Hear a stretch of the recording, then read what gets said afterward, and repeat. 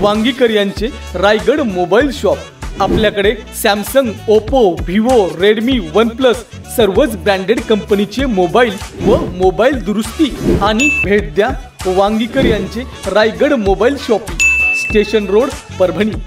75 वर्षाचे वारकरी आपल्याला भेटले आहेत। दिव्य घाटावर आहेत आपण सध्या।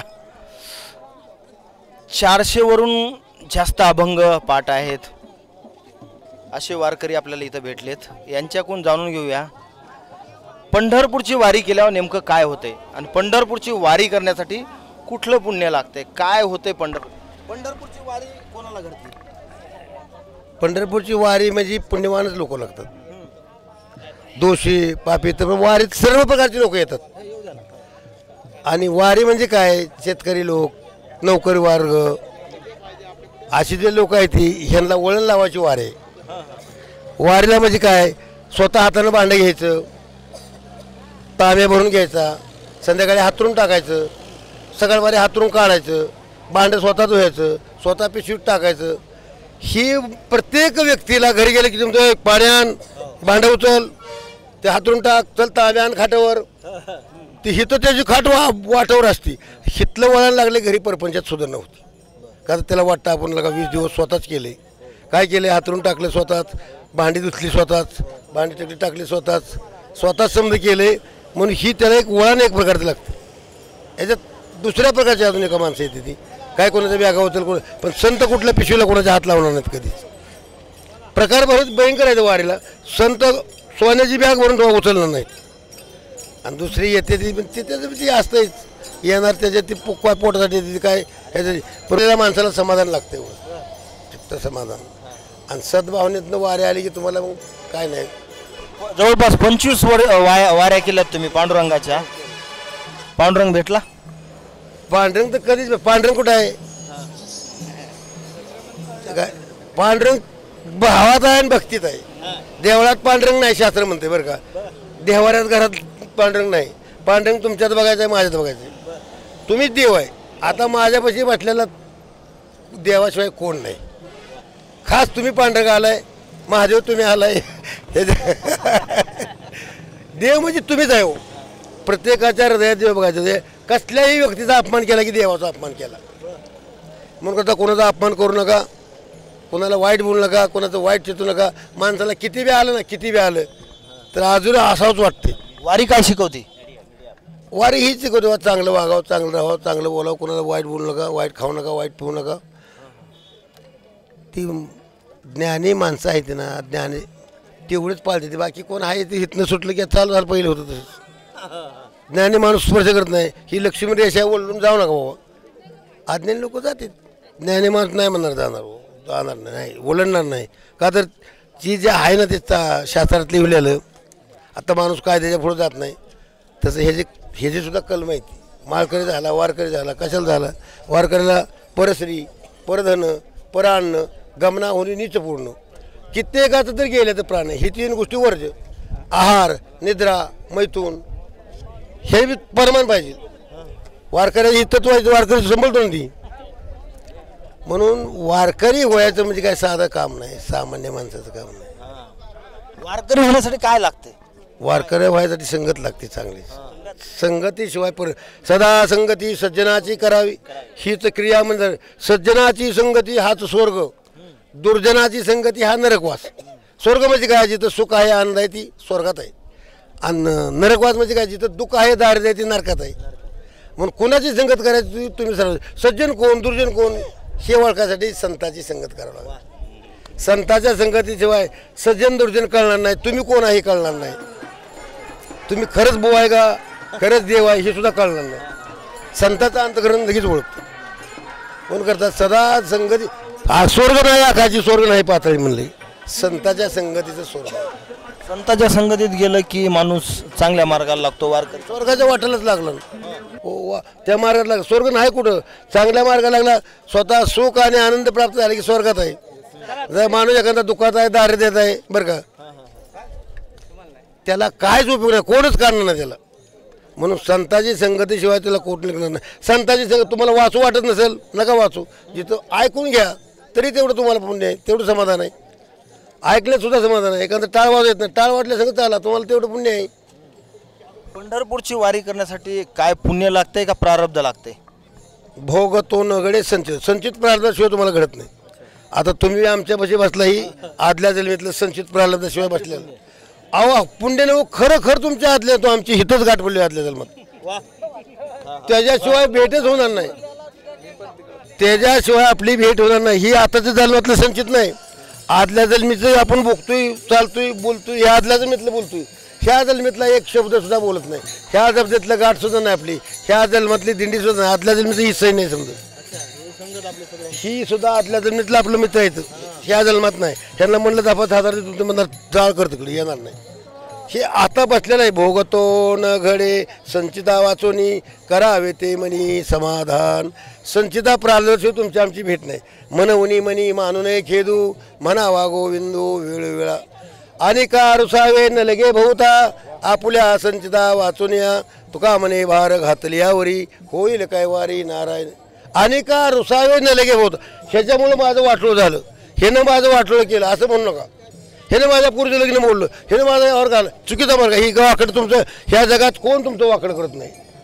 फक्त तुमचं संचित प्रारब्ध अनुकूल असलं की तुम्ही गेला खाट्यात. फक्त भ्याचं संचित प्रारब्ध, या जगात कोणाला भेऊ नका, एकच पांडुरंगाला भ्या. प्रारब्धाशिवाय काय मिळत नाही, प्रारब्धाशिवाय कायच मिळत नाही तुम्हाला. आणि विदाऊट प्रारब्धाचं किती प्रयत्न केला, फक्त संतांच्या संगतीतून तुम्हाला सुख मिळेल, स्वर्ग मिळेल, आनंद मिळेल. प्रारब्ध संत बदलू शकतात, बदलू शकतो. अखंड ते करावे देवाचं चिंतन, अखंड देवाचं नामस्मरण केलं ना बदलू शकत नाहीत. प्रारब्ध चालूच आहे पण सुखात आहे. कैद आहे ह्यांनी कैद आहे पण सुखात कैद आहे. त्याला ताट आणा, पारी आणा, पंखावाला, वारा घाला, काय त्याला रोज रपटायचं. प्रारब्ध म्हणजे रोज रपटायचं आणि सुखात जाणार. संताला कधी दुःख मिळणार नाही. माऊली, वारीची चाहूल आपल्याला 1 महिना अगोदर लागते. जसं 2-3 महिने आमच्यासारख्या तरुणांना 1 महिना अगोदर लागत असत. लागल्यानंतर आपण एवढा संसाराचा सगळा भार त्याच्यावर टाकून येतो. याला काय वाटतं, काय म्हणणार की आपल्याला इकडं आल्यानंतर त्या संसाराची आठवणही येत नाही, तिकडं काय चाललंय संसारात, याला काय म्हणावं?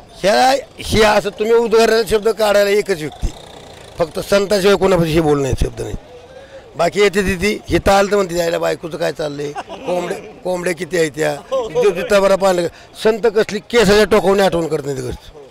संत त्याच्या बाकीची कोणी सोपवलं नाही. ती त्याला संताची संगत करावं लागेल तेव्हा ती गपशांत बसेल, घरचं आठवण करणार नाही. संतच कुठल्याही प्रकारची आठवण करत नाही. भय, चिंता, शोक, दुःख, दारिद्र्य आहे ना, समजा तिकडे सोपवले असतं. तूच काही न लगे एक भावाचे कारण. तुका म्हणे आन विठू, भाव असला की देव मिळला. देव काय मागत नाही, धन मागत नाही, सोनं मागत नाही, पैसा मागत नाही, काय सुद्धा देवाला काय भाव पाहिजे. नको गंधा अक्षदा तुळशी नाम गाव हरनिशी, धूप दीप नैवेद्य तांदूळ सदा वाचे बोलनाम. आरती धूप आरती आपलं नको म्हणते. काय असलं नको म्हणते. नाम गाव एका जनार्दनी शरण, सहज पूजा करायचं. शरण देवाला गेलं की काय व्हावं लागत नाही. गंध धूप दीप नैवेद्य उदबत्ती तुळशी बुका आन दान दान धर्म काय नका कराय, फक्त शरण जा. शरण जाणाऱ्याला देव लगेच प्राप्त आहे. भाव असणाऱ्या देवाला, भाव शरणागती पत्करायला त्याला काय पाहिजे, विरक्त पाहिजे, त्याग पाहिजे, त्यागाचं बळ पाहिजे, विरक्तीचं बळ पाहिजे. 75 वर्ष वय आहे तुमचं, अजून पळतोय का ना बघा. आणखीन तुमच्या चेहरा एवढं तेज. अरे वा देवाला तेज म्हणजे देव आहे. देव, देवाच्याच हृदयात तेज असते. तुमच्या देव दिसायला मला. अहो आम्हाला दिसतोय तुम्ही पण देव बसला म्हणतात, त्यात काय होईल. माणसाचाच देव बघायचा आहे. देव कधी आम्हाला कधी देवळात जाऊ शकत नाही. बाहेरच जागा प्रदर्शन घालणं. देवापाशी गेल्यावर नॉर्मल समाधानी मिळते, पण इथं संतापाशी गेल्यावर अखंड समाधानी होती. एक सगळ्यात मोठं म्हणजे 9-10 लाख लोक माऊलीच्या सोहळ्यामध्ये असतात. एक मी पाहिलंय, म्हणजे दिंडीमध्ये मी 13 वर्ष झालं वारी करतोय, पण 70% लोक भजनच करत नाहीत, असंच मोकळत चालत राहतात. याला काय म्हणावं तुम्ही? त्याला आहे, पण संताला नाव ठेवणं दोष आहे. काम क्रोध मद मोह मत्सर लोभ.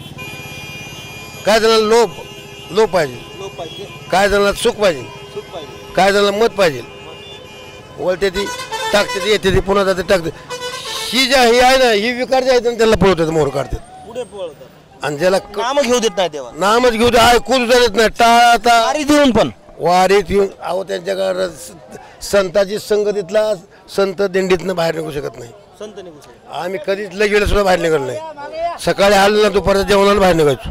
माऊलीच्या वारीची दिनचर्या कशी असते? काकडापासून कशी सुरुवात होती? दिनचर्या कशी असते वारीची? वारीला पाठी 4 ते 6 काकडा असतो.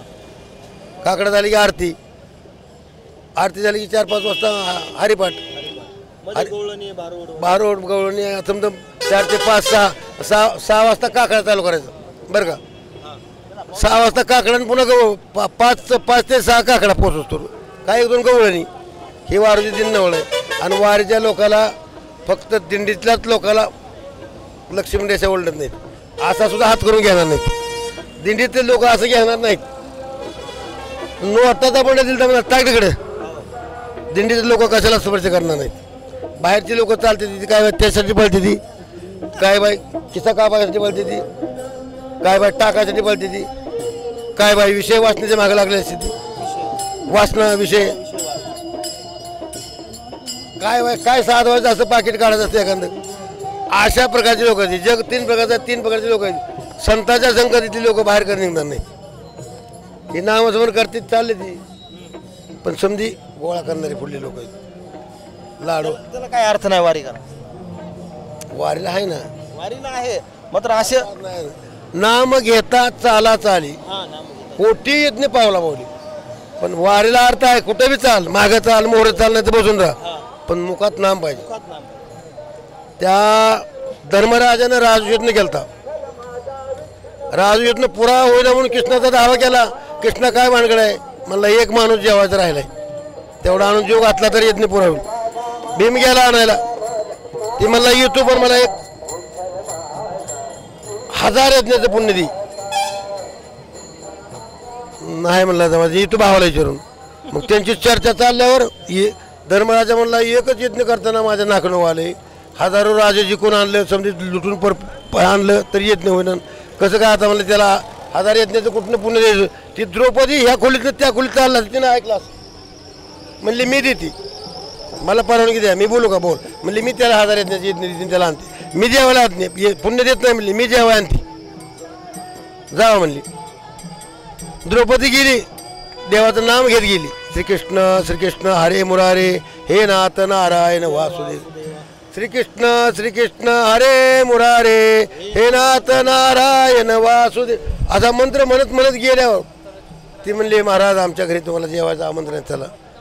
म्हणलं पोरे मला 1000 यज्ञाचं पुण्य मागितले तेव्हा येतो. म्हणले 10,000 यज्ञाचं देते पुण्य चल. काय बोलते म्हणजे लगेच उठला. हो संकल्प दे म्हणला. त्याने संकल्प सोडून दिला 10,000. मग आता ही कोड्यात तिला माहीत होतं. ज्ञानी माणसाला समजा वरून माहीत असतं. ज्याची त्याला पदवी हराला साजे फक्त संताला म्हणजे आत्मसुख घ्या रे आत्मसुख उडा ज्ञानदृष्टी वावगी चावटी नका करू काही संत संग धरा पूर्वीचा दोरा उगवेल. प्रारब्ध सुद्धा संत संघातनं समजा उगवते. म्हणून करता त्या द्रौपदीनं नाम घेता चाला चाली कोटी यज्ञ पावला पावली. म्हणली एक पाऊल टाकलं नाम घेत तर कोटी यज्ञ देते. आणि याला 10,000 म्हणजे कुठं आलंय. म्हणून माणसानं चालावं. या लोकांनी नाम घेत चालावं. तुम्हाला काटा सुद्धा मोडू देणार नाही. काही येत नसलं तर नुसतं रामकृष्ण हरी म्हणा. ऐकत चला त्याच्या मागं. पण तिथं म्हणते ती त्याच्या मागं चला. तुम्हाला म्हणा येत नाही नका म्हणू. त्याचा ऐका. हे आता मोकळी चालते ह्याच्या मागं मोकळीच चालायची. चुकीचा मार्ग आहे. हे मेलेल्या माणसाच्या मागं चालते ती गपचूप. तसं होतंय. नाम जिथं चाललंय त्याच्या संगतीत. माऊली एखादा वारीतला अभंग प्रसंग आहे का असा की तुम्हाला वारीला यायच्या अगोदर खूप दुःख झालं किंवा पाय दुखायला लागले असं काय काय घडलं आयुष्यात? अजून सुद्धा आम्ही पाय दुखत नाही तर ही पिशवी उचलून बघा 12 किलो वजन आहे. ही पिशवी 7 किलो. लोक पॅकच होते. अरे एखादा अभंग म्हणायला लावून बास करा. मग अंतरीचा भाव जाणून या गुज तैसे केले काज पांडुरंगा घातले वचन न पडेची खाली तू आम्हा माऊली अनाथाची मजयाच काची पुरवली आशा पंढरी निवासा माय बापा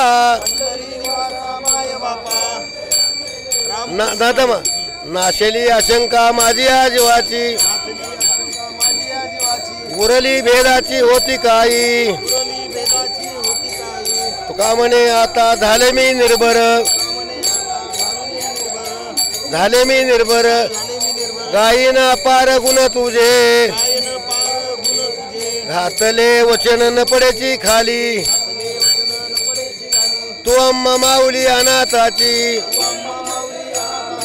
हे घ्यायचं का बस करायचं रामकृष्ण हरी माऊली. रामकृष्ण या माऊलींना आपल्याला वारी कशी करावी आणि वारी केल्यावर काय पुण्य मिळतंय आणि वारी करण्यासाठी काय भाग्य लागतंय ते सांगितलं. आपण परत पाऊलाचं महत्व सांगा. पावला गणित मला वारीत सांगितलं तुम्हाला. पाऊलाचे महत्व सर्व काही आपल्याला या माऊलीने सांगितले. अशाच एका वारकऱ्यांसोबत पुन्हा भेटूया. रामकृष्ण हरी.